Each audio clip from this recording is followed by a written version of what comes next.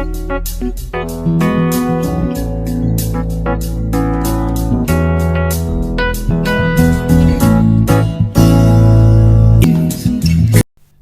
continuons dans notre enseignement sur les ordonnances lévitiques et nous sommes rendus à la 43e ordonnance. Alors, à partir d'ici, nous allons voir un peu plus en profondeur les ordonnances qui sont liées au sacrifice. Il faut dire que les sacrifices sont très présents dans l'Ancienne Alliance parce que ces sacrifices visaient à établir un lien, une relation entre les hommes et Dieu. Parce que ces sacrifices allaient, n'est-ce pas, être le signe de ce que Christ devait être le médiateur de la nouvelle alliance. Alors, quand on voit certains sacrifices, déjà dès le départ, avant la loi lévitique, on aperçoit, disons, au moins deux images sacrificielles qui nous parlent, bien avant même les sacrifices de la loi lévitique, de la mort du sacrifice, je voulais dire, véritable, qui est le sacrifice de Jésus, l'agneau véritable, sans tache, sans défaut de Dieu. Et donc, déjà dans le jardin, nous voyons Adam et Ève qui, après avoir péché, Dieu tue un agneau et prend la peau de cet agneau pour couvrir la nudité de ceux-ci. Et nous voyons aussi avec Abraham que Dieu va éprouver en lui demandant de sacrifier son fils, son unique fils, qui représente en soi l'unique fils que Dieu lui-même donne, son fils unique, Jésus. Et nous savons comment cette histoire s'est terminée. Et donc Dieu va l'arrêter parce qu'il ne fallait pas que ce soit un sacrifice imparfait, parce que Christ devait être le véritable sacrifice. Donc Dieu va arrêter la main d'Abraham et, n'est-ce pas, il va montrer en cela, il va présager en cela l'accomplissement que, n'est-ce pas, Dieu lui-même va faire à travers Jésus. Mais là, dans cet épisode, ce sera un sacrifice qui sera non seulement éternel, parfait, et qui ira jusqu'au bout. Parce que le sacrifice que Abraham a voulu faire, bien que arrêté par Dieu, n'est pas allé jusqu'au bout. Mais le sacrifice de Christ va aller jusqu'au bout. C'est pourquoi il nous est dit que Christ s'est donné. Il est allé, n'est-ce pas, jusqu'à la mort, et il a souffert même jusqu'à la mort de la croix. Donc, c'est un sacrifice qui a non seulement accompli tous les autres sacrifices qui étaient, n'est-ce pas, qui parlaient de lui-même, mais c'est un sacrifice qui est allé jusqu'au bout et même, je dirais, qui est arrivé au-devant du Père et a satisfait le Père dans les lieux célestes. Et ici, nous allons maintenant voir, à partir de cette ordonnance 43, les sacrifices qui étaient demandés par le Seigneur. Il faut d'abord distinguer deux types, en général, de sacrifices. On avait les sacrifices dits volontaires et les sacrifices dits obligatoires. Alors, dans les sacrifices dits volontaires, on a le sacrifice de communion, le sacrifice d'holocauste et l'offrande végétale. Alors, le sacrifice volontaire, qui va constituer l'ordonnance 43, avait en son sein un ensemble d'autres sacrifices, disons comme ça. C'était le sacrifice, disons qu'on avait les sacrifices de communion qui regroupaient le sacrifice, entre autres, l'offrande, entre autres, je voulais dire, de vœux, donc les offrandes qui étaient faites pour la réalisation d'un vœu, hein, l'offrande volontaire elle-même. Par exemple, il est dit dans la parole de Dieu que pour la construction du temple, Dieu avait demandé qu'il y ait des offrandes volontaires pour la construction de la tente d'assignation par exemple. Voilà, pas pour le temple, pour la construction de la tente d'assignation. Parce que là, on est vraiment en plein dans les sacrifices. Donc nous avons également l'offrande de reconnaissance.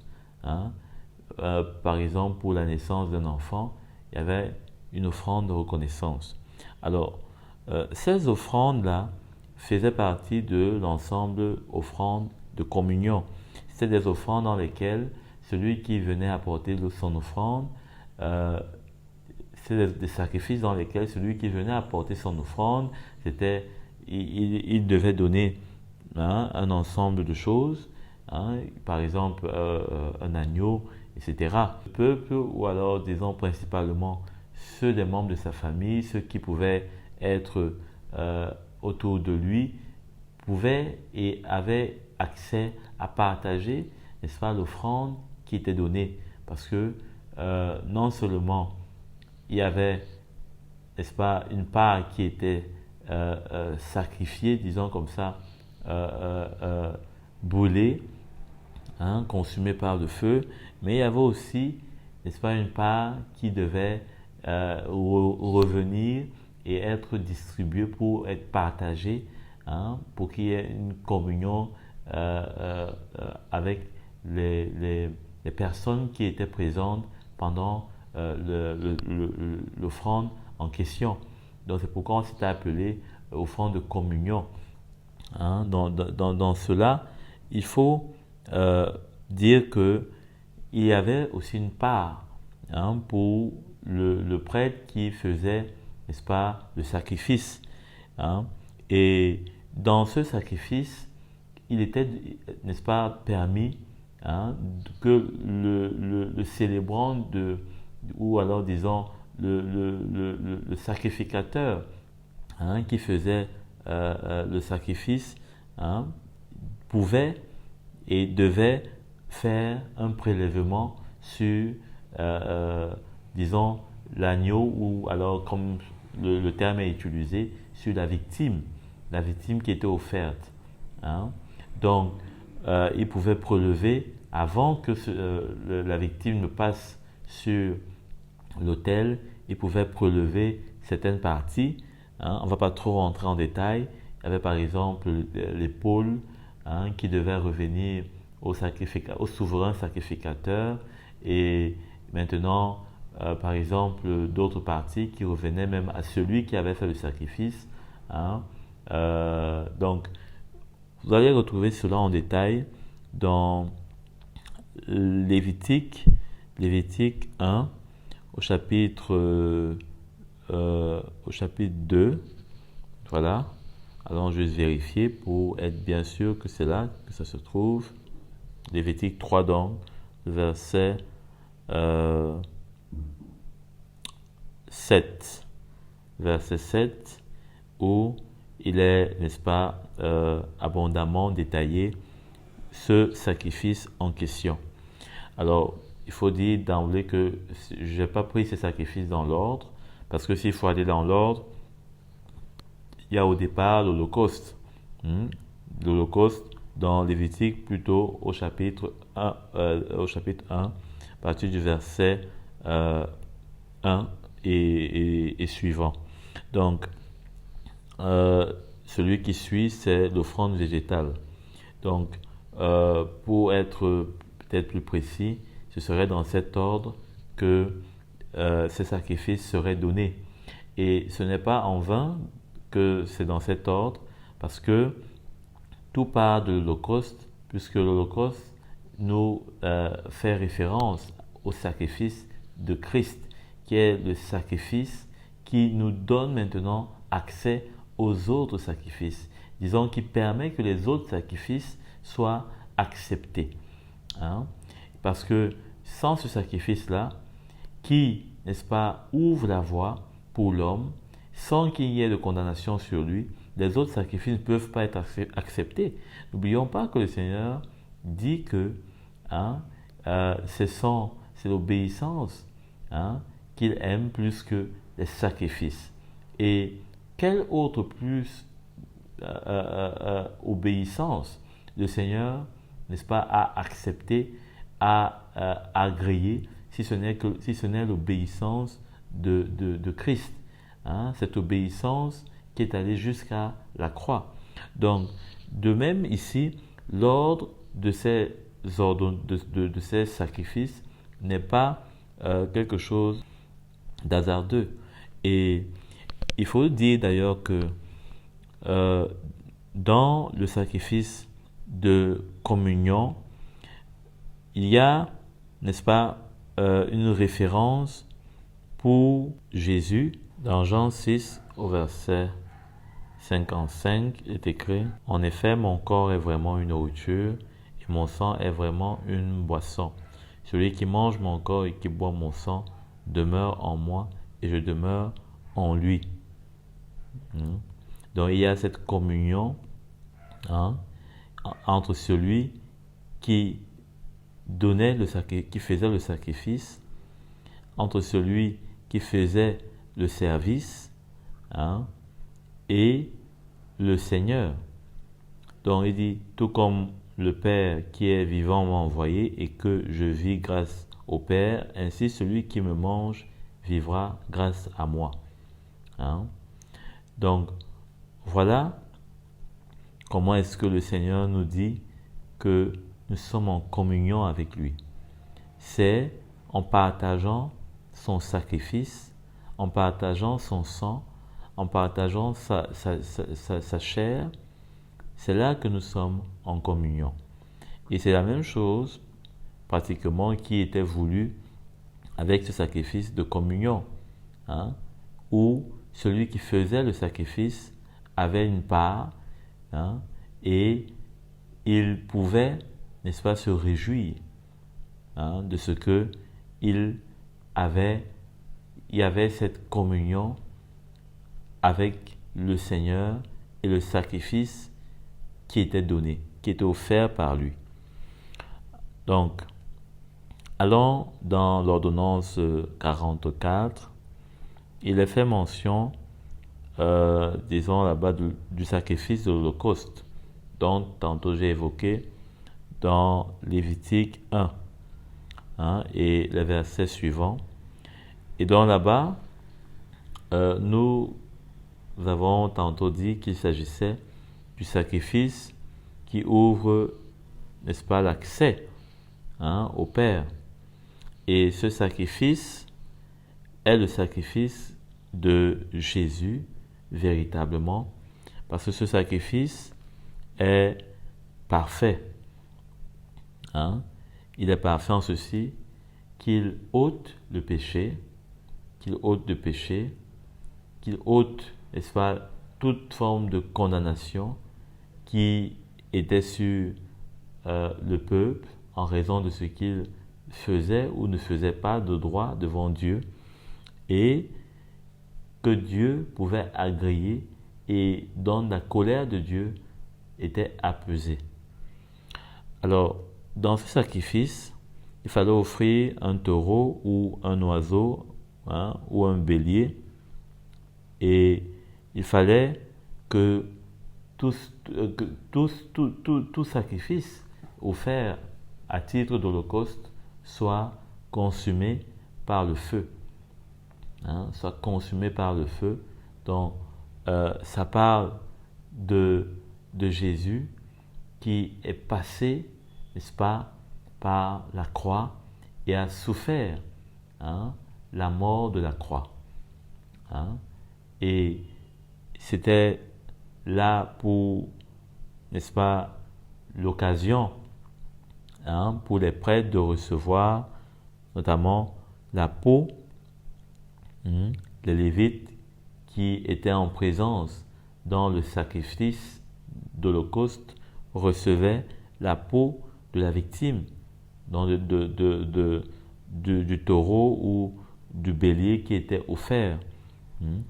Et ils pouvaient vendre cette peau pour avoir de quoi subvenir à leurs besoins.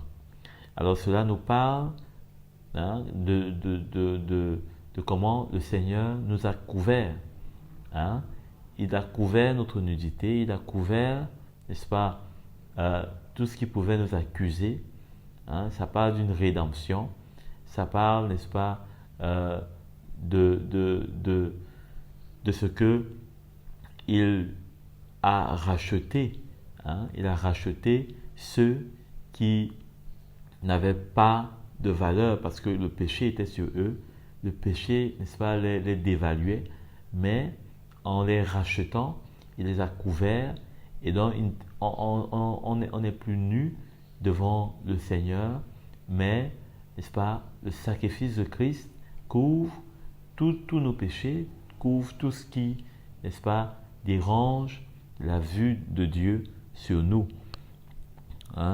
Et on reçoit maintenant la grâce, parce qu'il pouvait vendre cette peau et le Seigneur maintenant nous adopte et fait de nous ses enfants et on peut recevoir de lui, n'est-ce pas, toutes les grâces, toutes les bénédictions, et il devient notre Père aussi qui prend soin de nous dans chaque aspect de nos vies. Donc, allons dans l'ordonnance 45 où nous allons voir l'offrande végétale. Nous avons dit que ça se trouve dans Lévitique au chapitre 2. Et ici, il faut dire que cette offrande végétale était accompagnée d'une offrande liquide. C'est-à-dire que des ablutions, et ça pouvait être, n'est-ce pas, un vin issu peut-être des récoltes, et cela était accompagné ensemble parce que il fallait, n'est-ce pas, l'offrande végétale parle de la résurrection, parle de la victoire de la résurrection après la mort, et là c'est la joie en fait, parce que l'offrande liquide parle, n'est-ce pas, de la célébration, de la joie, avec ce vin nouveau, et ça se trouve principalement dans Nombre, aussi, au chapitre 15, on peut retrouver ça, au chapitre 15, verset 4. Il est dit, celui qui fera son offrande à l'Éternel présentera en offrande 2 litres de fleurs de farine pétrie avec 1 litre d'huile. Tu feras une offrande d'1 litre de vin, voilà, avec l'offrande, avec l'holocauste ou le sacrifice pour chaque agneau. Pour chaque agneau, pour un bélier, tu présenteras en offrande 4 litres et demi de fleurs de farine pétrie avec 1 litre et demi d'huile, donc, etc., etc. Donc, ça accompagnait, il fallait toujours accompagner, n'est-ce pas, que ce soit aussi l'holocauste, que ce soit le sacrifice de communion, il fallait que ce soit toujours accompagné, n'est-ce pas, d'une offrande liquide. Ça parle, n'est-ce pas, de comment la mort de Christ, le sacrifice de la croix devait être suivi, n'est-ce pas, de cette victoire, de cette résurrection, parce que la mort ne devait pas subsister, ne devait pas être, n'est-ce pas, victorieuse sur, n'est-ce pas, la vie, mais il fallait que la mort soit détruite et que la vie ressurgisse et qu'il y ait, n'est-ce pas, de la joie et de l'espérance pour les hommes. Et c'est ce qui s'est passé avec Christ. Après qu'il soit mort, il est ressuscité 3 jours après.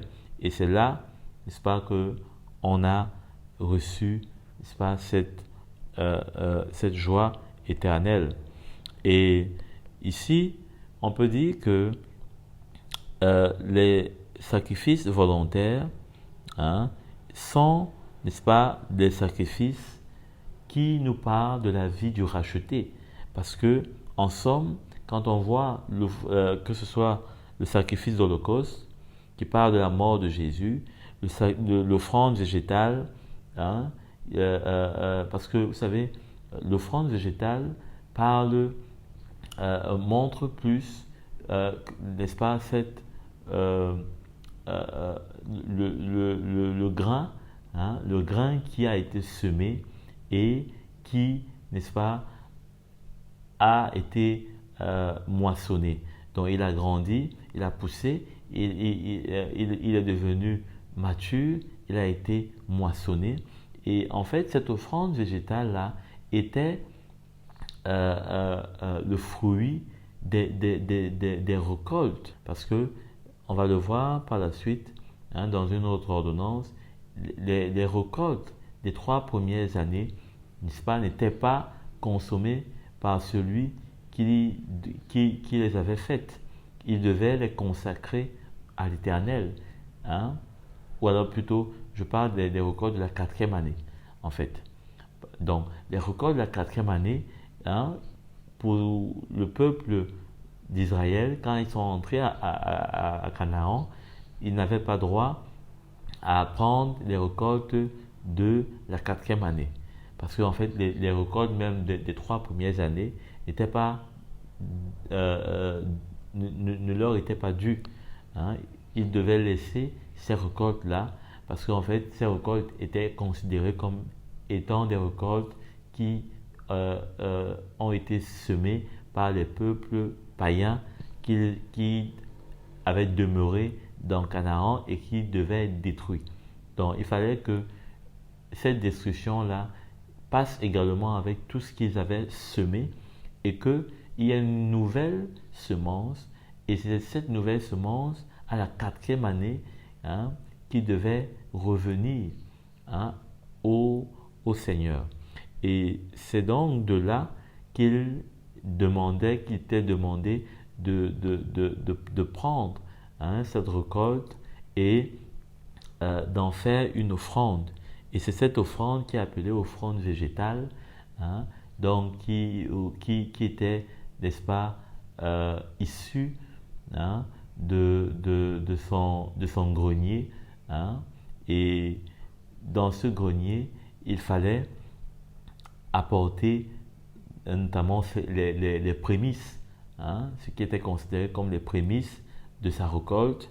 Et donc, c'était véritablement à l'image de Jésus qui est devenu le prémisse de cette semence, hein, nouvelle en Dieu, et qui a porté, n'est-ce pas, du bon fruit qui est devenu, n'est-ce pas, pour nous et pour, n'est-ce pas, les Juifs, n'est-ce pas, la semence, n'est-ce pas, qui a donné gloire au Seigneur par son jus, hein, mais surtout par, n'est-ce pas, cette vie, hein, de soumission, d'obéissance.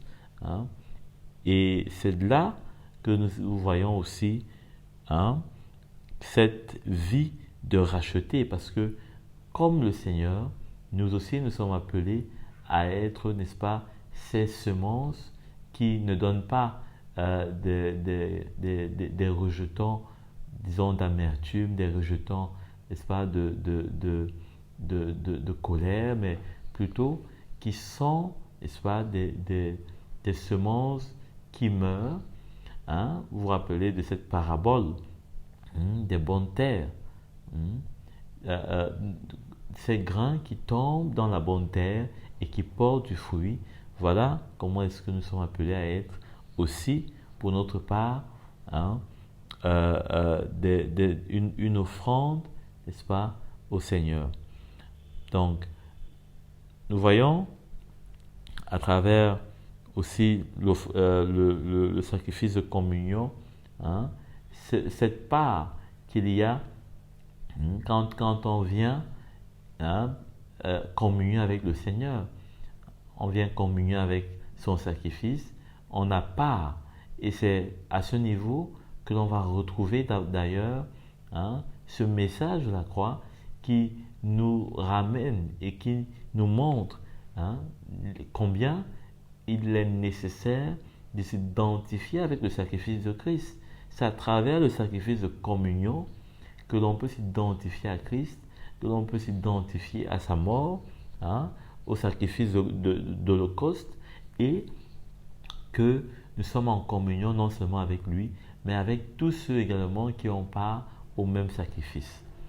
Donc, en vérité, les sacrifices volontaires montrent la vie, n'est-ce pas, de celui qui a été racheté, et ça montre bien la distinction hein, avec les sacrifices obligatoires. Parce que on peut dire que les sacrifices volontaires sont la face de la nouvelle alliance. Or, les sacrifices obligatoires sont la face ou l'image, disons, plus de l'ancienne alliance. Et dans les sacrifices obligatoires, nous avons le sacrifice d'expiation et le sacrifice de culpabilité. Alors, le sacrifice de culpabilité hein, et d'expiation sont, n'est-ce pas,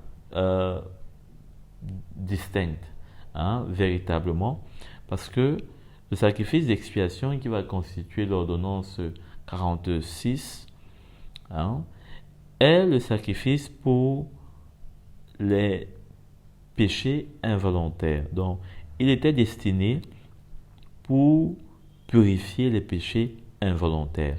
Mais allons d'abord voir dans Lévitique, au chapitre 4, verset 22, il est écrit « Si c'est un chef qui a péché, s'il a fait involontairement contre l'un de ses frères et s'est ainsi rendu coupable, et s'il vient à découvrir le péché qu'il a commis, il offrira en sacrifice un bouc mâle sans défaut. Hein? Il posera sa main sur la tête du bouc et l'égorgera à l'endroit où l'on égorge les holocaustes, son doigt du sang de la victime expiatoire, il la mettra. C'est un sacrifice d'expiation donc, devant l'Éternel. Hein, le prêtre prendra avec son doigt du sang de la victime expiatoire, il en mettra sur les cornes de l'Holocauste, de l'autel des holocaustes, et il versera le sang au pied de l'autel de l'Holocauste. Il brûlera toute la graisse sur l'autel comme la graisse du sacrifice de communion. C'est ainsi que le prêtre fera pour ce chef d'expiation, l'expiation de son péché, et le pardon lui sera accordé. Donc, au verset 27, il dit si c'est quelqu'un du peuple qui a péché involontairement en faisant, donc c'est la même chose. Donc, le sacrifice d'expiation concernait les péchés involontaires. Donc, quelqu'un qui n'a pas voulu faire volontairement quelque chose de mal, mais il a quand même fait, ça ne pouvait pas rester impuni, ça ne pouvait pas rester sans sacrifice, sans réparation. Il fallait un sacrifice. Donc, on va voir cela aussi dans à travers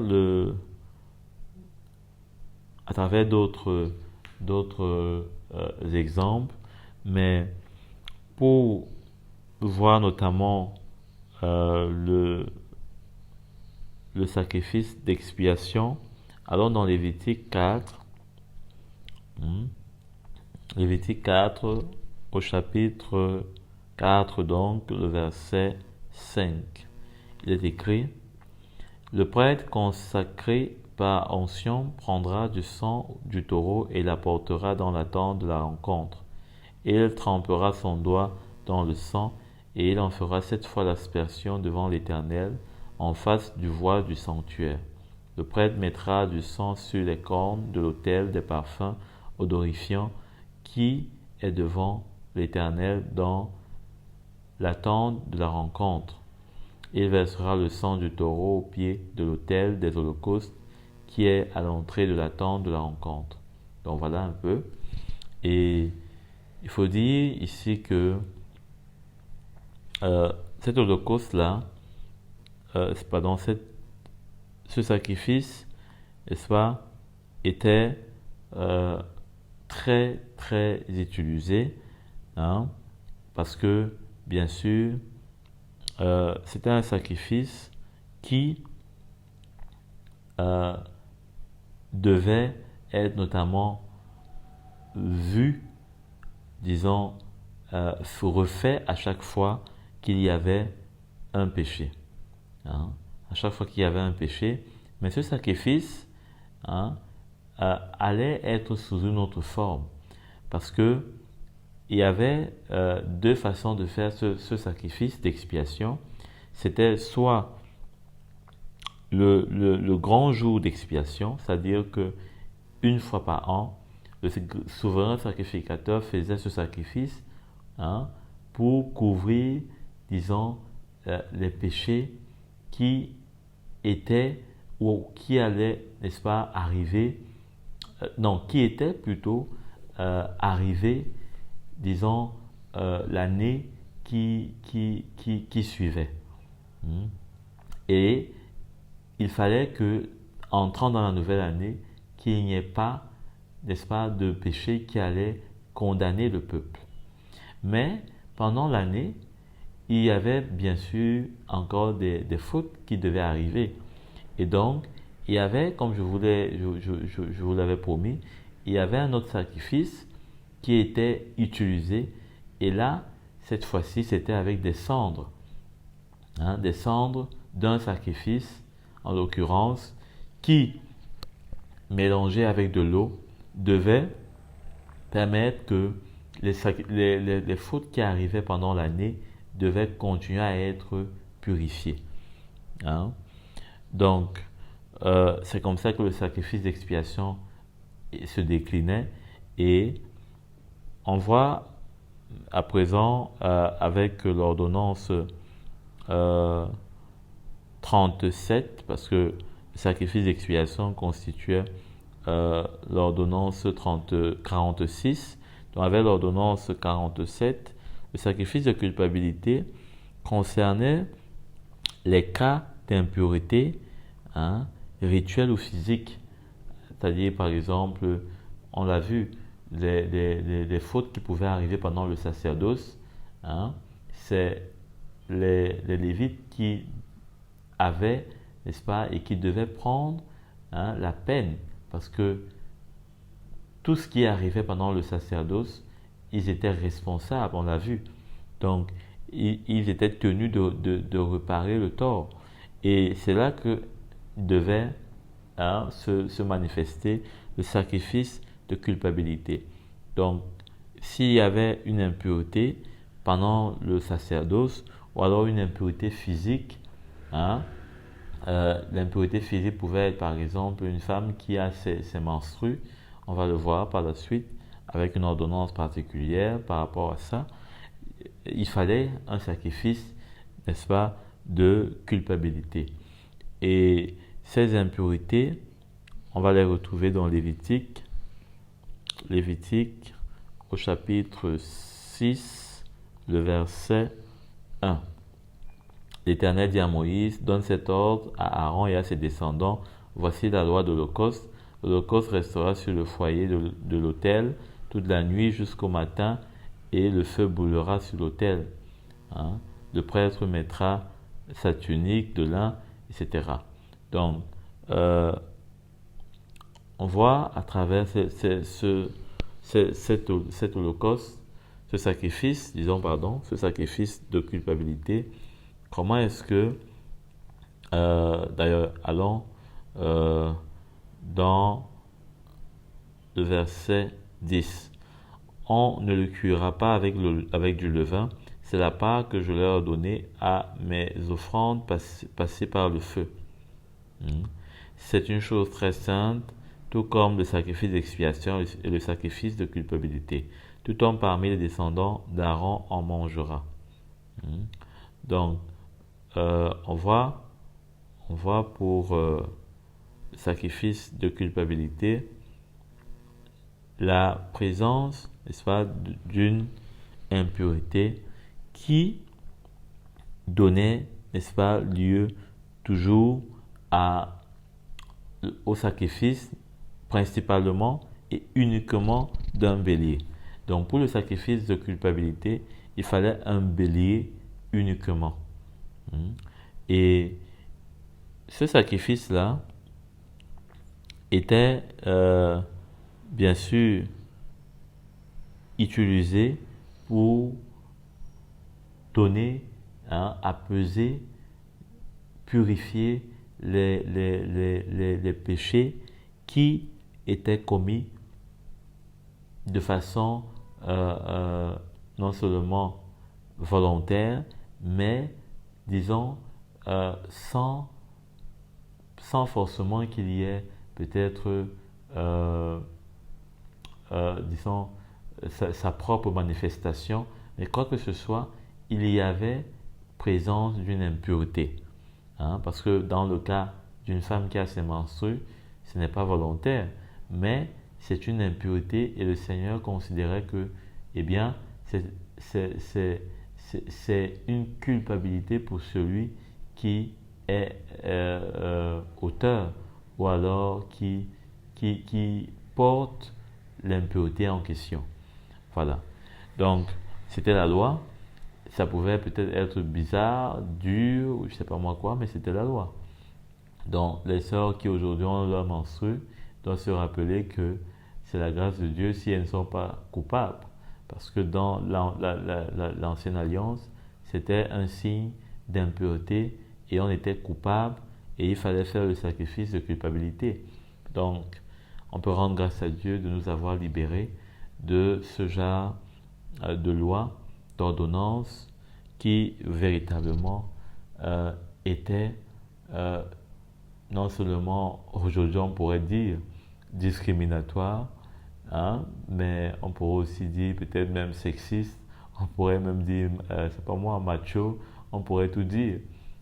Pour ceux qui se font les défenseurs des droits et des libertés, et c'est pas moi quoi, la promotion de la femme, mais véritablement, le Seigneur n'était pas intéressé par tout cela et au travers de Christ, la vérité du cœur du Seigneur s'est montrée. S'est montrée. La femme n'était pas, disons, sacrifiée ou alors condamnée pour ce qu'elle était. Donc, allons dans Colossiens au chapitre 2, le verset 17. Il est dit: tout cela n'était que l'ombre des choses à venir, mais la réalité est en Christ. Mais la réalité est en Christ. Donc, cette réalité qui est en Christ, c'est celle-là que nous devons considérer aujourd'hui. On n'a plus à considérer toutes ces choses qui restent pour la loi, pour les Juifs, et aujourd'hui simplement peuvent nous renseigner et nous enseigner bien des choses. Mais on n'a pas à s'identifier avec cela aujourd'hui parce que Christ a accompli tout cela pour nous, parce que la réalité est en lui. Alors, Hébreux 10, au verset 1, il est dit: la loi, en effet, possède une ombre des biens à venir, donc de ce qui est à venir, et non l'exacte représentation de la réalité. Elle ne peut jamais, par l'offrande annuelle, dans l'offrande le sacrifice du grand jour d'expiation et toujours répéter des mêmes sacrifices, parce que je vous l'ai dit, hein, il fallait répéter les mêmes sacrifices, hein, il fallait les répéter à chaque fois qu'il y avait besoin, à chaque fois que c'était nécessaire, à chaque fois que c'était demandé par la loi. Hein. Donc, conduire à la perfection ceux qui y participent. Vous voyez, la loi ne pouvait pas faire cela. L'auteur des Hébreux est clair. Il dit, sinon, n'aurait-on pas cessé de les offrir? Hein? Si on était parvenu à la perfection, on aurait cessé de les offrir. Ceux qui rendent ce culte, purifiés une fois pour toutes, n'auraient en effet plus du tout conscience de leur péché. Vous vous rappelez ce qu'on a lu par rapport à la conscience du péché? Comment est-ce que c'est le sang de Christ qui a purifié nos consciences? Hein? On l'a lu. Donc, il dit, mais en réalité, le souvenir des péchés est rappelé chaque année par ces sacrifices. Donc, au contraire, le fait de refaire ces sacrifices rappelait à chaque fois ceux qui les faisaient les anciens sacrifices, les anciens péchés, pardon. Donc, car il est impossible que le sang des taureaux et des boucs enlève les péchés. Voilà. Mais le sacrifice de Christ, aujourd'hui, si on n'a plus la condamnation et la culpabilité de nos péchés passés, c'est parce que le sang de Christ est efficace pour nous purifier. Si véritablement on l'accepte par la foi et on se tient dans la foi avec ce sang de Christ, eh bien, on ne peut pas se condamner nous-mêmes. Même si l'ennemi, même si quoi que ce soit peut nous condamner, on ne doit pas se laisser condamner parce que le sang de Christ est véritablement efficace pour purifier nos consciences et à purifier nos consciences et à laver de tous nos péchés. Donc, voilà ce que l'auteur des Hébreux dit. Allons aussi voir dans Hébreux 10, toujours au verset 19, il est écrit, « Ainsi, frères et sœurs, nous avons par le sang de Jésus l'assurance, vous voyez, d'un libre accès au sanctuaire. » Cette route nouvelle est vivante. Et vivante, il dit, parce que ce n'est pas une route qui est morte. Elle est vivante en ceci que nous avons la communion avec Dieu. Nous avons la communion avec Dieu. Et elle est nouvelle parce qu'elle n'a plus rien à voir avec l'ancienne alliance. Donc, il l'a inaugurée pour nous au travers du voile, c'est-à-dire de son propre corps. Donc, en se sacrifiant à la croix, il a déchiré le voile. Il a déchiré le voile, son corps a été percé. On a eu accès. On a eu accès à la présence de Dieu, à la paix avec Dieu. Donc, approchons-nous donc avec un cœur sincère, une foi inébranlable, c'est-à-dire que sans douter, le cœur purifié d'une mauvaise conscience et le corps lavé d'une eau pure. Amen.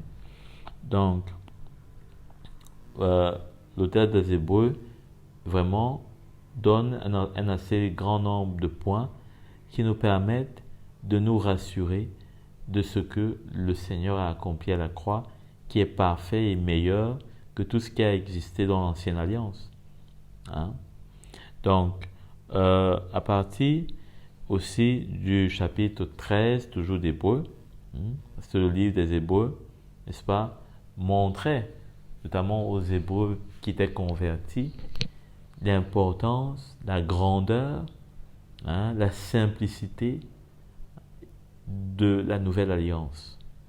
Donc, il dit au verset 15, « Par Christ, offrant sans cesse à Dieu un sacrifice de louange, c'est-à-dire le fruit de lèvres reconnaissant publiquement lui appartenir, c'est-à-dire sans crainte, reconnaissant lui appartenir, et n'oubliez pas de faire le bien et de vous entraider, car c'est à de tels sacrifices que Dieu prend plaisir. Vous voyez? Voilà les sacrifices de la nouvelle alliance. La louange de nos lèvres et de faire le bien. Hein? De faire le bien. Donc, si nous sommes occupés à de tels sacrifices, il n'y a plus besoin de chercher à faire d'autres sacrifices. Hein? Il n'y a plus besoin. Aujourd'hui, on voit parfois des personnes qui sont, je pourrais dire comme ça, vraiment mal inspirées, de chercher on voit des personnes qui se font passer par, c'est pas moi, pour Jésus. Hein, ils se mettent en scène sur la croix, ils se mettent en scène en train de souffrir, hein, en train de couler du sang. Ils sont accrochés sur des croix. Hein. Mais on n'a plus besoin de cela. Christ s'est offert une seule fois et cela suffit. Et son sacrifice était parfait.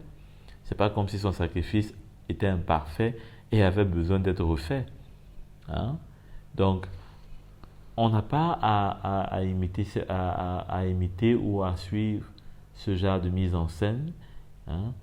Et encore moins nous-mêmes. Hein. Peut-être qu'on serait tenté de prendre un bouc. Hein. Et c'est cela d'ailleurs que parfois dans certaines traditions, hein, les gens se retrouvent en train de faire, ils prennent des coqs, des chèvres, etc. pour aller sacrifier.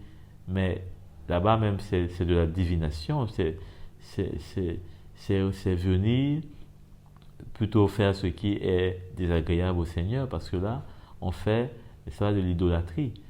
Hein, puisque le Seigneur non seulement n'est pas en état d'accepter un autre sacrifice que le sacrifice de Christ, mais tout autre sacrifice qui, hein, n'est pas de la nouvelle alliance est un sacrifice en haine, hein, qui déplaît, hein, qui est en horreur, je voulais dire, à l'Éternel. Donc, il faudrait faire très attention, hein, ne pas s'attirer la colère de Dieu, et pourtant le sacrifice de Christ est là pour nous y joindre par la foi, hein, pour nous identifier à lui et avoir plutôt, hein, toutes les bénédictions qui sont promises en Jésus. Donc, allons aussi peut-être faire certaines remarques, hein, qui peuvent être intéressantes. D'abord, il faut dire que le sacrifice du grand jour d'expiation, hein, comme on l'a dit, c'est l'ordonnance 48, parle du grand jour, hein, du sacrifice du grand jour d'expiation. Lévitique 16, donc, pour être totalement clair avec cela, Lévitique 16, il est, n'est-ce pas, parlé, hein, du jour des expiations. Alors, ici, n'est-ce pas, il fallait que ce soit, d'ailleurs, à partir du verset 29, hein, à partir du verset 29, il est dit, c'est pour vous une prescription perpétuelle.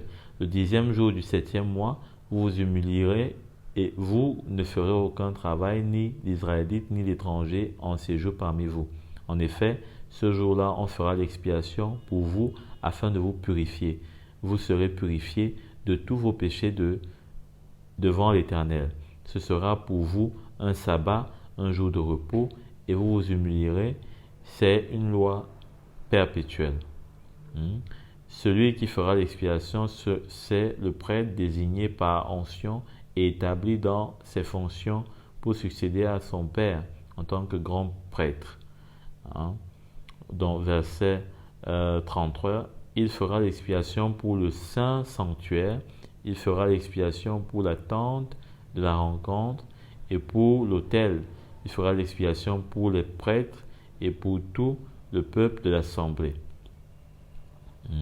Donc voilà, ça serait même d'ailleurs une autre ordonnance, mais il faut dire que donc ce grand jour d'expiation, eh bien, peut retrouver une analogie avec ce qui est dans Luc, dans Ésaïe 6, le verset, Ésaïe 61, le verset 2. C'est écrit pour proclamer une année de grâce. Donc, lisons à partir du verset 1. L'Esprit du Seigneur, de l'Éternel, est sur moi, parce que l'Éternel m'a consacré par onction pour proclamer. Donc, ici, dans Ésaïe, il est question d'une prophétie qui parle de Jésus. Il dit pour annoncer de bonnes nouvelles aux pauvres, il m'a envoyé pour guérir ceux qui ont le cœur brisé, pour proclamer aux déportés la liberté, aux prisonniers la délivrance, pour proclamer une année de grâce de l'Éternel et un jour de vengeance de notre Dieu, pour consoler tous ceux qui sont dans le deuil, pour donner aux habitants de Sion en deuil une belle parure au lieu de la cendre, une huile de joie au lieu du deuil, un costume de louange au lieu d'un esprit abattu. On les appellera térabintes de la justice, plantation de l'Éternel destinée à manifester sa splendeur. Donc, voilà ce que le Seigneur, l'Éternel, déclare au sujet de Jésus par la bouche du prophète Ésaïe. Donc, ce grand jour d'expiation est en rapport avec cette année de grâce. Parce que l'expiation était faite pour une année. C'était une fois que, n'est-ce pas, le souverain sacrificateur faisait l'expiation pour le peuple. Et il fallait pour cela qu'il entre dans le lieu très saint. Alors il faut aussi dire que le sacrificateur devait manger le sacrifice qu'il offrait. Et quand on voit notamment cela, on ne peut s'empêcher, en tout cas pour ma part, de voir en cela l'identification, n'est-ce pas, de Jésus aux pécheurs. Parce que Jésus, n'est-ce pas, s'est identifié aux hommes pécheurs. C'est pourquoi il a pu donner sa vie et être une rançon pour eux. Parce que non seulement il était comme eux en tant que fils de l'homme, mais lui, il était sans péché. C'est pourquoi le prix de sa vie nous a rachetés. Puisque s'il était également un homme pécheur, il n'aurait pas pu nous racheter. Il aurait eu la même valeur. Mais puisque lui, il était sans péché, il n'avait pas la même valeur. Et donc, il pouvait nous racheter parce qu'il était notre semblable. Ce n'était pas comme si c'était, c'est pas moi, un insecte qui veut racheter un être humain. Non. Là, c'était impossible puisqu'il n'y avait pas la même valeur. Donc, en termes d'identification, on voit que le sacrificateur était, n'est-ce pas, devait manger le sacrifice qu'il offrait lui-même. Et il y a en cela, n'est-ce pas, une justification qui s'opère, parce que la justification vient de ce que il y a le rachat. Puisque si je suis racheté, moi, en tant que païen, je suis racheté par le Seigneur, eh bien, je n'ai plus la dette de culpabilité qui pèse sur moi. Et donc, je suis justifié, donc je suis libéré de toute culpabilité. Alors, pour voir cela, allons simplement dans 2 Corinthiens au chapitre, pour voir ce que l'apôtre Paul dit à ce sujet. 2 Corinthiens au chapitre 5, le verset 21. Il est écrit, pourquoi pas au verset, vous êtes déjà sûrement habitués, 19, on commence un peu plus haut. En effet, Dieu étant en Christ, il réconciliait le monde avec lui-même en ne chargeant pas les hommes de leurs fautes. Hein? Et il a mis en nous la parole de la réconciliation. Hein? Quand il parle de nous, il parle bien sûr d'abord des serviteurs de Dieu, parce que c'est les serviteurs de Dieu qui ont cette parole de réconciliation pour annoncer la réconciliation. Comme Christ nous a annoncé la réconciliation. Il ne parle pas au premier degré de tous ceux qui sont réconciliés avec Dieu. Il parle d'abord des serviteurs de Dieu. Hein? Ensuite, il dit, nous sommes donc les ambassadeurs pour Christ, comme si Dieu adresse par nous son appel. Nous supplions au nom de Christ, soyez réconciliés avec Dieu. Hein? Soyez réconciliés avec Dieu. En effet, celui qui n'a pas connu le péché, vous voyez, il l'a fait devenir péché pour nous, afin que, qu'en lui, nous devenions justice de Dieu. Vous vous rappelez de ce qu'on a lu dans Ésaïe, hein, où le Seigneur dit, ils seront appelés térabintes de la justice. Hein. Donc c'est ça, hein, que l'apôtre Paul dit ici, dit, nous devenions justice de Dieu. Donc, voilà un autre point qu'il fallait souligner. Il faut aussi parler, bien sûr, revenir dessus, sur l'eau d'aspersion. Je vous ai dit que au fil de l'année, après qu'il y ait eu ce jour des expiations, il y avait maintenant, pour le cours d'année, l'eau d'aspersion. Hein, ça se trouve dans Nombre au chapitre 19. Nombre chapitre 19, le verset 1. Il a dit, l'Éternel dit à Moïse et à Aaron, voici ce que prescrit la loi que l'Éternel a donnée. Parle aux Israélites et qu'ils t'amènent une vache rousse sans tache. Hein? La vache rousse sans tache, sans défaut corporel, qui n'a jamais encore porté de joug, donc de péché, en fait. Hein? Parce que ici, le joug, ça voulait dire qui n'a pas encore été mis à faire un travail, parce que eh bien, les animaux étaient utilisés pour aider les hommes dans leurs différentes activités. Mais ici, il fallait une vache rousse qui n'ait pas encore été, n'est-ce pas, portée à un joug. Mais ce joug signifie le péché plutôt. Hein? Donc, vous la remettrez au prêtre Éléazar. Éléazar était parmi ceux, étaient les fils, hein, qui étaient d'Aaron et qui servaient aux côtés du souverain sacrificateur, donc Éléazar. Et il la fera sortir du camp. Hein, on va bien comprendre ce que ça veut dire. La fera sortir du camp, hein, et on l'égorgera devant lui.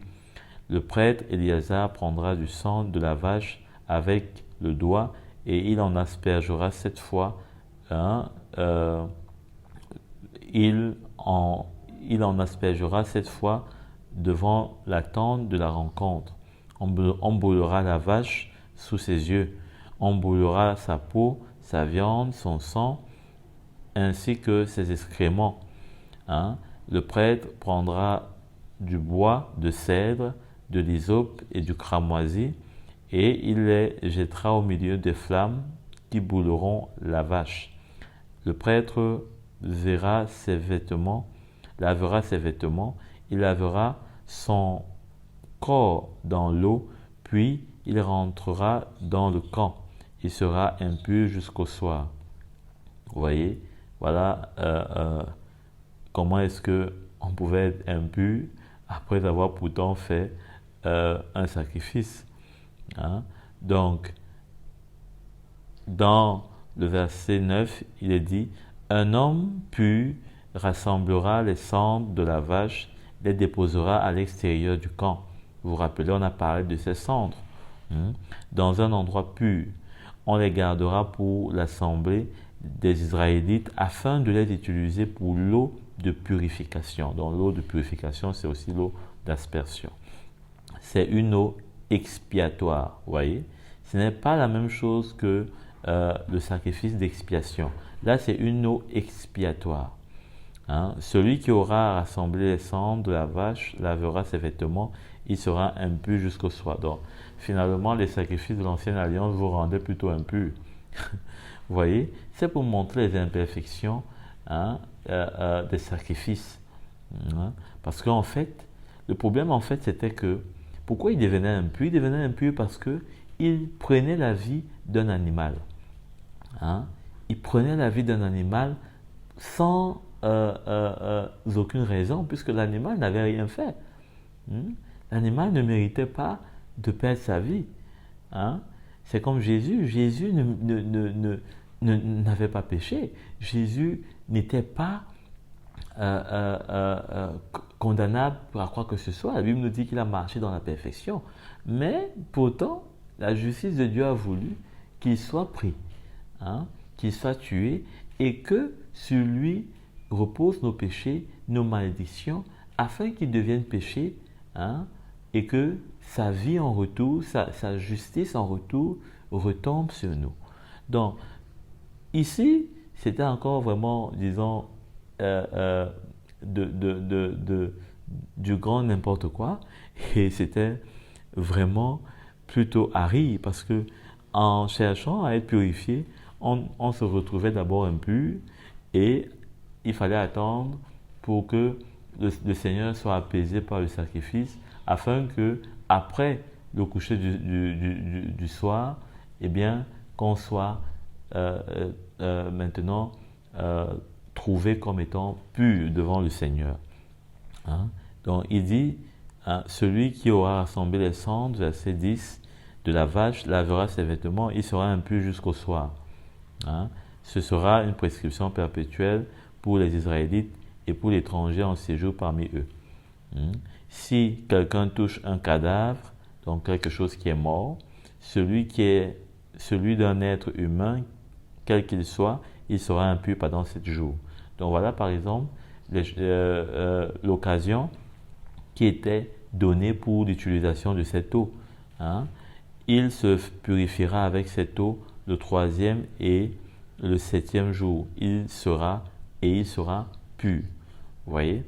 Donc voilà les ordonnances, par exemple, qui étaient données au sujet de l'eau d'expiation. Toute personne qui touche un cadavre, celui d'un être humain mort sans se purifier, rend impur le tabernacle de l'Éternel. Donc, forcément, quand on rendait impur le tabernacle de l'Éternel, il y avait un sacrifice de culpabilité qu'il fallait faire. Donc, il sera exclu d'Israël. Il sera exclu d'Israël. Comme l'eau de purification n'a pas été versée sur elle, elle est impure et son impureté reste sur elle. Voilà. Donc voilà un peu comment est-ce que on pouvait se retrouver impur et même exclu sans que, si on ne faisait pas cette eau de purification. Donc le Seigneur avait trouvé par là une voie de grâce afin que son peuple peut-être ne se retrouve pas, disons à moitié, tué ou exclu, parce que pendant l'année, il y avait beaucoup de choses qui arrivaient. Beaucoup de choses. Et donc, qu'est-ce que ça montre? Cette eau de purification parle plutôt de la repentance. La repentance est le moyen que nous avons dans la Nouvelle Alliance. Si vous vous rappelez bien de cette ordonnance sur les cendres que les Lévites devaient enlever, j'ai parlé de cette repentance. Et donc, dans la Nouvelle Alliance, c'est le moyen que le Seigneur nous donne pour rester en communion avec son sacrifice. L'apôtre plutôt Jean, est clair. Si nous reconnaissons que nous sommes pécheurs, son sang est efficace pour nous pardonner de tout péché. Donc, voilà, concernant cette ordonnance, bien sûr que ces différents points, nous allons encore en reparler parce que en eux-mêmes, ils constituent des ordonnances. Donc, là, c'est juste pour éclaircir certains aspects en lien avec ce que nous avons dit sur les sacrifices, pour que, parlant peut-être par la suite de ces ordonnances en les citant, que ce soit plus facile et aisé pour nous d'avancer sans peut-être devoir les réexpliquer ou alors les mettre en lien avec ce que nous avons déjà dit. C'est pour faciliter la compréhension. Donc, un autre point, nous avons parlé donc de cette repentance, la repentance qui est là pour purifier nos consciences de manière continue pour que nous ne puissions pas avancer avec le Seigneur en ayant le souvenir de nos péchés. Ça, c'était dans l'ancienne alliance.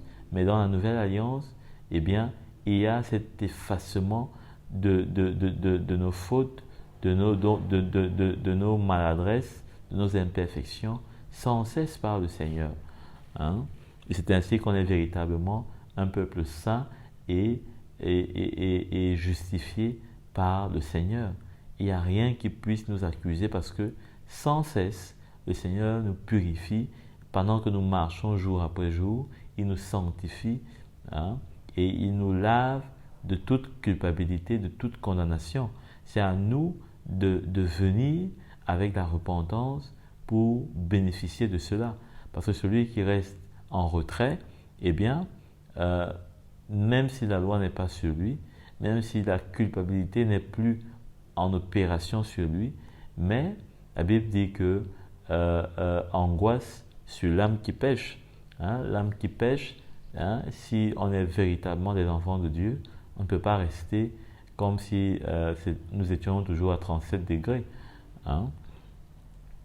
Donc, il est dit aussi, parlant de l'huile, on a vu l'huile qui devait accompagner notamment l'offrande végétale. L'huile parle du Saint-Esprit, bien sûr. L'huile parle du Saint-Esprit et nous savons combien l'huile, notamment même dans la Nouvelle Alliance, l'apôtre Jacques dit que, eh bien, on peut utiliser l'huile pour notamment appliquer sur un frère, une sœur qui est malade, qui a besoin de guérison, et la prière de la foi, n'est-ce pas, va l'aider. Parce que l'huile, n'est-ce pas, représente l'action du Seigneur, l'action de son esprit, et nous savons combien le Seigneur est puissant par son esprit pour agir.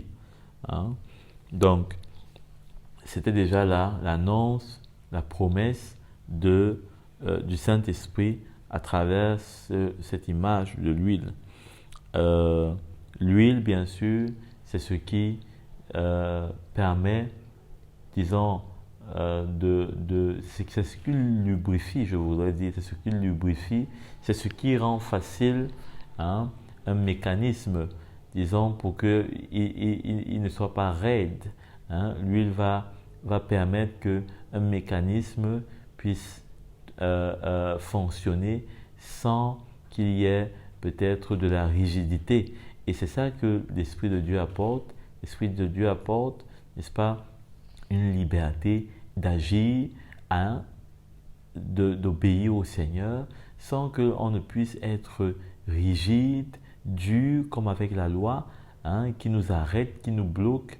L'Esprit de Dieu, c'est comme véritablement une matière grasse qui va permettre que, quand par exemple on met de l'huile dans nos vachettes et qu'on tourne nos clés, peut-être qui n'arrivaient plus à tourner, c'est parce que l'huile va apporter cette capacité de rendre ce qui était dur, ce qui n'arrivait plus à fonctionner normalement, eh bien, à retrouver une vie, à retrouver une facilité de fonctionnement. Donc, l'Esprit de Dieu est là pour nous sortir de la loi afin que l'on soit, n'est-ce pas, disposé à obéir au Seigneur sans que rien ne nous arrête, sans que nos pensées ne nous arrêtent, sans que l'intelligence de l'homme ne nous arrête, sans que la peur de l'homme ne nous arrête, sans que la loi ne nous arrête, mais que nous puissions être guidés par une seule chose, c'est le cœur de Dieu. Donc c'est ça, c'est ça que représente l'huile. Alors, le pain sans levain est aussi quelque chose qui est présenté dans les sacrifices, parce que le pain sans levain symbolise le sacrifice, disons plutôt le service à Dieu sans la chair. Sans la chair, parce que le levain représente la chair, et donc il faut un service sans la chair à Dieu, sans l'action de la chair, sans l'action de la loi même, parce qu'il y a toutes sortes de levains. Il y a le levain de la loi, il y a le levain de la chair, il y a le levain des Sadducéens. Donc à propos de ce levain, dans Lévitique 2 au verset 4 à 6, il est dit, entre autres, si tu fais une offrande de ce qui est cuit au four, qu'on se serve de fleurs de farine, donc ça c'est l'offrande végétale, ce qui est cuit au four, qu'on se serve de farine donc, et que ce soit des gâteaux sans levain, pétris à l'huile, et des galettes sans levain arrosées d'huile. Si ton offrande est un gâteau cuit à la poêle, il sera de fleurs de farine pétries à l'huile sans levain. Donc, vous voyez toujours, c'est précisé, sans levain pétri à l'huile, sans levain pétri à l'huile. On a vu donc de quoi parle le levain. Donc, Jésus lui-même, il dit, dans Matthieu 16, au verset 5, il dit, Jésus leur dit, gardez-vous avec soin du levain des pharisiens et des sadducéens. Les disciples raisonnaient en eux-mêmes et disaient, c'est parce que nous n'avons pas pris de pain. Jésus l'ayant su dit, pourquoi raisonnez-vous en vous-même, gens de peu de foi, sur le fait que vous n'ayez pas pris de pain? Est-ce vous encore sans intelligence, et ne vous rappelez-vous plus des 5 pains de 5 000 personnes, et combien de paniers vous avez emportés, ni les 7 pains des 4 000 hommes, et combien de corbeilles vous avez emportés? Donc ici Jésus leur parle de ce levain des pharisiens et des sadducéens. Et il faut dire que en général, le levain représente, n'est-ce pas, ce qui s'oppose à Dieu. Vous voyez, le levain, c'est en quelque sorte ce qu'on appelle aujourd'hui la levure. Quand vous mettez cela, vous voyez comment la farine, notamment, gonfle. Donc, ce gonflement est l'image de ce qui s'oppose à Dieu, de ce qui se dresse, qui se soulève contre Dieu. Et ce ne devrait pas être, n'est-ce pas, dans la nature même de l'homme régénéré. Parce que l'homme adamique, c'est lui qui s'oppose à Dieu. Mais l'homme régénéré, c'est lui qui se soumet à Dieu. Et ce levain va changer la nature, n'est-ce pas, de la pâte. Elle va amener la pâte à avoir une autre consistance. Elle ne sera pas la même qu'une pâte qui n'a pas été mélangée à du levain. Donc, c'est pourquoi l'apôtre Paul va dire, notamment aux Corinthiens, dans 1 Corinthiens au chapitre 5, verset 6, il dit « Purifiez-vous du vieux levain ». Donc ça veut dire « Dégagez-vous laissez sortir le vieux levain qui est en vous. Hein? Donc, ce vieux levain, c'est la nature charnelle de l'homme, c'est la nature intelligente, charnelle de l'homme, qui a des pensées, hein, qui ne sont pas les pensées de Dieu. Et c'est ce que Jésus reproche ici à ses disciples, quand il leur dit, êtes-vous encore sans intelligence? Hein? Vous n'avez pas toujours cette foi, hein, alors que j'ai fait des miracles avec 5 pains, hein, et 5 poissons. Donc, voilà un peu ce que c'est que ce levain. Et particulièrement le levain des pharisiens, c'était le levain du légalisme. Hein? C'était le levain du sectarisme. C'était le levain du formalisme, de l'hypocrisie. Hein? Et le levain, hein, représente effectivement l'hypocrisie de l'homme, l'orgueil de l'homme, hein, qui se cache derrière des apparences, hein, qui se cache derrière ce qui n'est pas réel, ce qui n'est pas vrai. Hein. Et les pharisiens, en l'occurrence, étaient remplis de légalisme. Jésus leur reproche, hein, qu'ils enseignent ce qu'eux-mêmes ils ne font pas. Hein, et qu'ils mettent une barre, hein, ils mettent, n'est-ce pas, des jougs sur le peuple de Dieu, et pourtant, n'est-ce pas, eux-mêmes, ils n'arrivent pas à faire ce qu'ils disent. Le levain des Sadducéens, quant à lui, c'est par exemple tout ce qui est enseignement qui donne des morales qui ne sont pas, n'est-ce pas,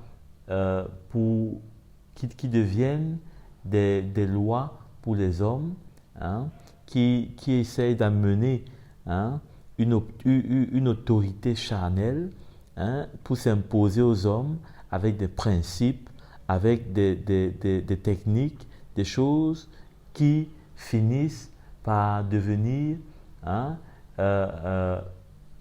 pour le peuple de Dieu comme des lois.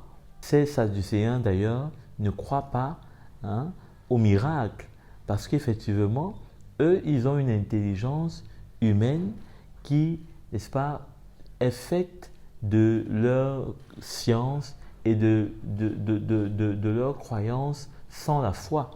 Hein, sans la foi. Et ce sont des personnes qui facilement acceptent l'œcuménisme, c'est-à-dire qui acceptent de mélanger, hein, toutes sortes de croyances. Parce que pour eux, ce qui importe, c'est finalement ce qui ressemble, hein, et ce qui va avec leur intelligence. Hein. Donc, ils sont capables d'accepter, de prendre à gauche et à droite et de former ce qui leur plaise, ce qui leur intéresse, ce qui leur donne satisfaction. Donc, c'est comme ça que le levain, n'est-ce pas, finit par corrompre la nature même de celui qui est, n'est-ce pas, appelé à servir le Seigneur, pourtant sans ce levain. Donc, voilà un peu quelques aspects pour parler de ce levain. Il fallait aussi dire que toujours sur ces éléments qui facilitent un peu notre compréhension, il y avait bien sûr des ordonnances de faire des sacrifices et de donner toutes sortes d'offrandes, mais il faut dire que le cœur de Dieu n'était jamais loin de ces ordonnances. Hein. Ce n'était pas comme si Dieu avait des ordonnances sans cœur. Parce que quand on voit dans Lévitique, hein, 5 au verset 7, hein, on va y revenir, mais on se rend compte que Dieu demande à chacun de donner, hein, de faire des offrandes et de faire les sacrifices qu'il impose selon ses moyens. Hein. selon ses moyens et d'après son cœur, parce que certaines offrandes étaient volontaires. Hein. Il dit aussi selon les cas. Hein, chacun avait un cas devant lequel il pouvait se retrouver et par rapport à ce cas, il devait faire un sacrifice. Ce n'était pas comme si tous les sacrifices devaient être faits par toutes les personnes de la même manière, de la même façon, au même moment. Non. Par exemple, si un frère, si quelqu'un avait péché, c'était à lui de faire le sacrifice d'expiation. Hein. Ce n'était pas à son voisin aussi de se joindre avec lui, même si par son péché, il rendait impur tout le camp s'il ne faisait pas le sacrifice d'expiation. Donc, on voit que le cœur de Dieu quand même, bon, quand je dis quand même, c'est pas comme si il était un peu Dieu d'une certaine façon, mais on voit que son cœur n'était pas d'écraser le peuple juif.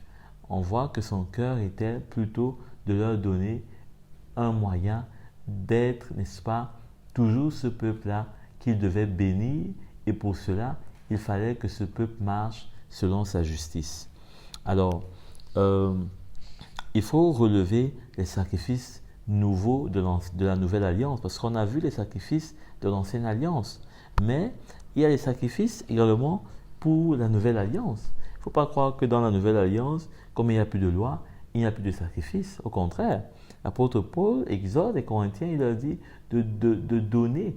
Hein? D'ailleurs, même aux Romains, il leur dit, n'est-ce pas, de se donner en sacrifice, hein, de bonne odeur. Hein? Donc, quand on voit, notamment dans Romains, qu'est-ce que l'apôtre Paul dit, Romains 12, hein?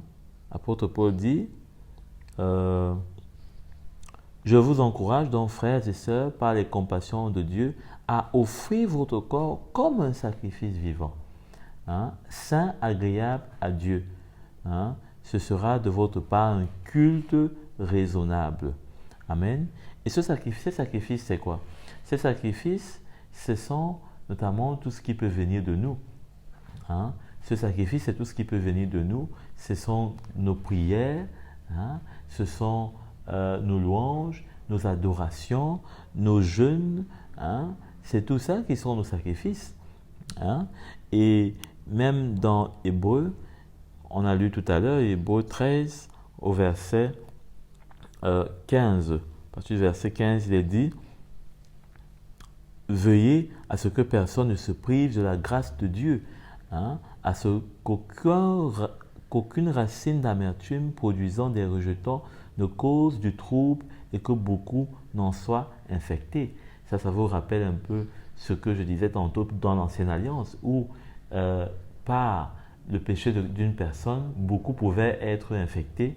Le camp pouvait être sous la condamnation de Dieu, hein, disons de la loi, et que Dieu, n'est-ce pas, devrait punir. Mais, hein, au lieu de cela, n'est-ce pas, l'auteur des Hébreux nous encourage, hein, plutôt, il dit au verset 22, au contraire, vous vous êtes approchés, hein, du mont Sion, hein, de la cité de Dieu vivant, la Jérusalem céleste, et ses dizaines de milliers d'anges. Hein, pourquoi il dit cela? Parce que dans Exode, au chapitre 19, hein, le peuple ne s'était pas approché de la montagne. Ils étaient restés loin. Ils n'étaient pas montés. C'était seulement Aaron et Moïse qui étaient montés. Donc, nous, on n'a par Jésus eu accès parce que le peuple juif avait eu peur. Il a craint, il a entendu cette voix forte. Il a vu ce feu qui ne s'éteignait pas et qui embrasait cet arbre. Et il a craint, hein, sûrement voyant son état, ressentant qu'il était sûrement, hein, loin de ce que le Seigneur, Dieu, l'Éternel, le Saint, hein, le véritable, désirait. Eh bien, ils ont eu peur et ils ont demandé à Moïse que lui qu'il aille. Et Dieu a demandé à Moïse de venir avec Aaron parce que Aaron devait être consacré. Donc, voilà comment est-ce que nous, on s'est approché. Nous, on a trouvé faveur en Jésus auprès de Dieu. Et il dit maintenant, au verset 23, il dit, en fait de l'assemblée, des premiers-nés inscrits dans le ciel, vous vous êtes approchés de Dieu, qui est le juge de tous, des esprits des justes parvenus à la perfection.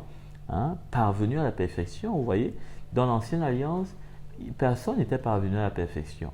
Mais nous, on est des justes parvenus à la perfection, c'est-à-dire qu'en Jésus, on touche à la perfection de Jésus, vous voyez, qui est le médiateur d'une alliance nouvelle et du sang purificateur porteur d'un meilleur message que celui d'Abel.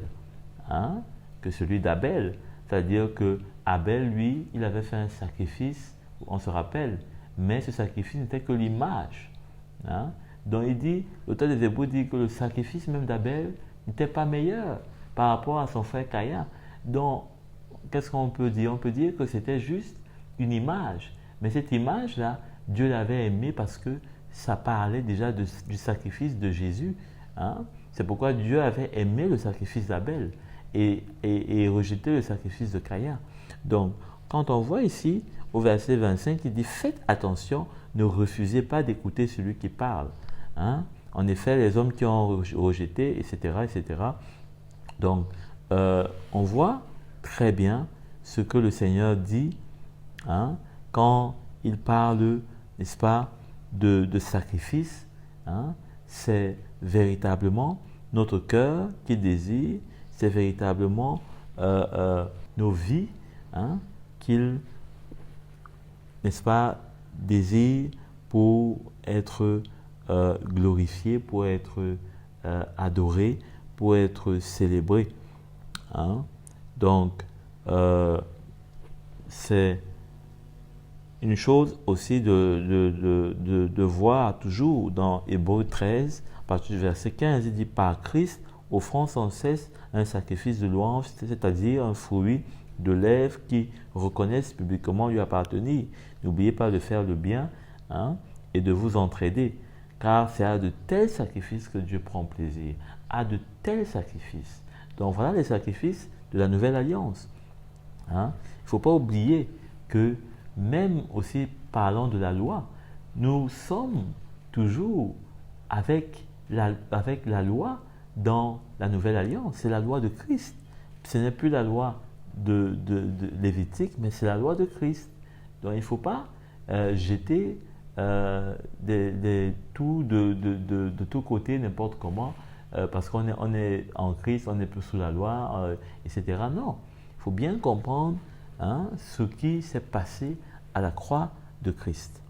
Donc, nous avons vu ces sacrifices nouveaux et dans Colossiens, comme on l'a lu tantôt, Colossiens 2, au chapitre 2, donc le verset 17, il est écrit tout cela n'était que l'ombre des choses à venir, mais la réalité est en Christ. Que personne par un goût d'une fausse humilité ou du culte des anges ne vous prive de la victoire. Parce qu'effectivement, c'est dans la nouvelle alliance que nous avons tout le bénéfice, toutes les promesses, toutes les grâces de pouvoir marcher dans la perfection, dans la réalité de ce que Dieu attendait des Juifs dans l'ancienne alliance. C'est pourquoi tout ce qui peut être fait aujourd'hui, qui prend sa source dans l'ancienne alliance, qui n'est pas de la nouvelle alliance, eh bien, ne peut que nous arracher, nous enlever le goût, nous enlever la victoire, nous enlever les promesses qui sont en Christ. Et cela, nous devons dire non. Dans 2 Timothée, l'apôtre Paul aussi est clair, 2 Timothée encore, au chapitre 3, le verset 16. Il est dit, toute écriture est inspirée de Dieu et utile pour enseigner, pour convaincre, pour corriger, pour instruire dans la justice, afin que l'homme de Dieu soit formé et équipé pour toute bonne œuvre. Donc, on est édifié par tout ce qui vient de l'ancienne alliance et dans la nouvelle alliance, afin de pouvoir être formé, équipé pour toute bonne œuvre. Et c'est le but même de cet enseignement, c'est d'être formé et équipé, de pouvoir mettre la barre au juste niveau de là où notre justice doit se retrouver, de là où notre vie est attendue par le Seigneur. Hein? Je l'ai dit tantôt dès l'introduction. Hein? C'est là l'intérêt de cet enseignement. C'est qu'on n'ait pas une justice qui soit à un niveau où le Seigneur, pourtant, hein, la veut plus relevée. Hein? Et ne pas essayer de l'élever là où le Seigneur n'a pas demandé de le lever. Hein? Il faut mettre la barre au juste niveau où le Seigneur la désire. Donc, voilà, s'agissant de ces sacrifices, en quelques mots résumés, hein, ce que je pouvais vous communiquer. Et bien sûr que nous allons revenir parfois sur d'autres ordonnances qui reprécisent, qui détaillent un peu plus peut-être certains aspects. Mais il était bon déjà de toucher un peu ce qui concernait ces sacrifices, parce que ça va de pair avec, n'est-ce pas, le sacerdoce. Il n'y a pas de sacerdoce sans sacrifice. Hein?